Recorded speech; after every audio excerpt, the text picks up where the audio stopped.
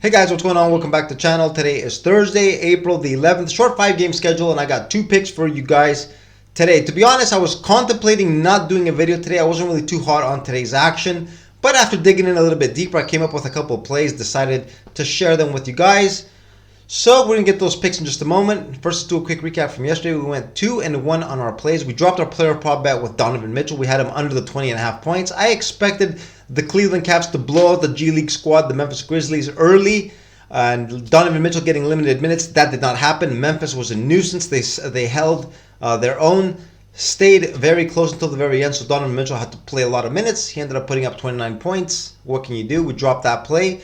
We hit our play with the team total under the 106.5 with Toronto. That was a good hit. And we also hit the Phoenix Suns with the -4.5. Very stressful, guys. Extremely stressful. They did end up winning by 16, but they got down by 6 late in the fourth quarter. Just against the scrubs of the LA Clippers. Bones Highland put up 37 on them, guys. A player that usually is not in the rotation. A very talented player, but usually not in the rotation for the Clippers. Just absolutely shit all over them. Things not looking good for my futures bet. I'm not expecting too much now, guys, out of the Phoenix Suns. They are not looking good.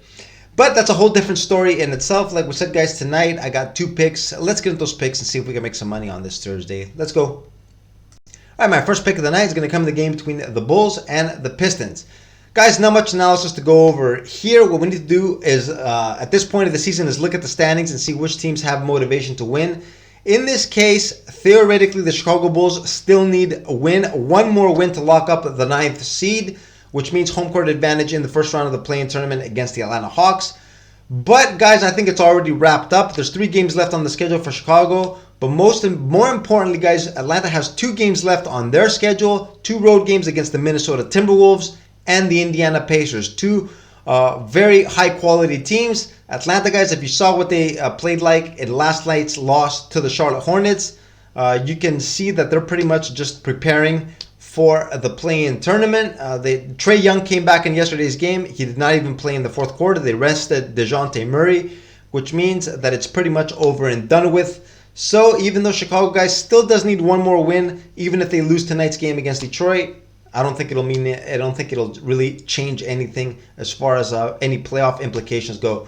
Detroit Pistons, guys, they are 13-66 on the year, the worst record in the NBA. But this is their last home game of the season. Usually, guys, teams do want to finish out on a positive note in front of their home fans, which means, guys, tonight is a very, very strong candidate where we see a crazy, crazy result. This is why, guys, in this game, I'm going to take the Detroit Pistons here.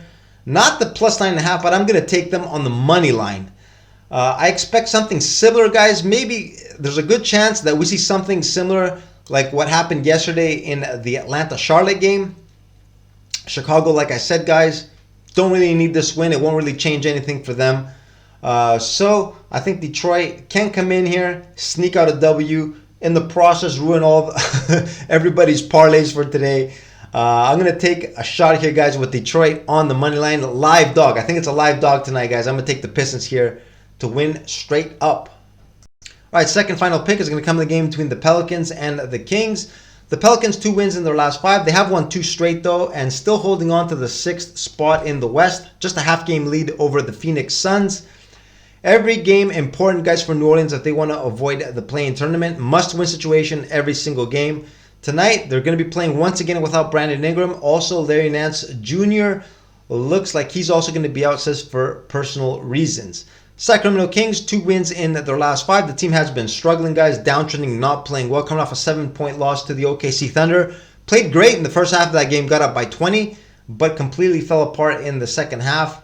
Sacramento Kings, guys, sitting in 8th place, just a half-game lead over the 9th place Lakers and the 10th place Golden State, just a 1-game lead over the 10th place Warriors. So they could go all the way down to 10th, guys, if they don't put it together, get a couple of wins in these last few games of the regular season.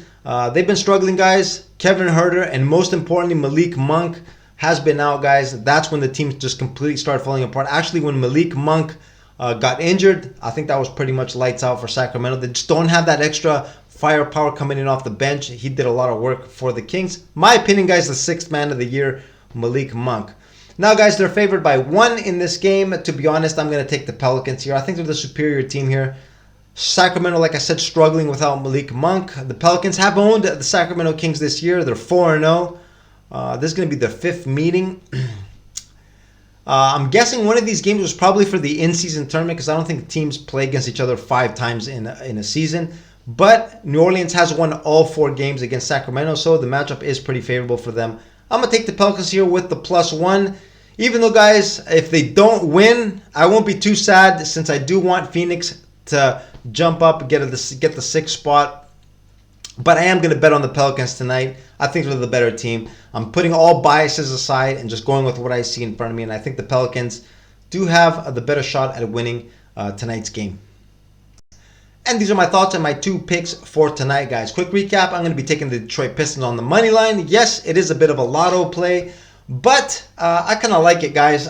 I really like what I see. Detroit Pistons, last home game of the regular season. Why not get a win in front of their home fans to finish it out? Chicago Bulls, even if they drop this game, guys, it won't make any difference. They're still going to finish 9th.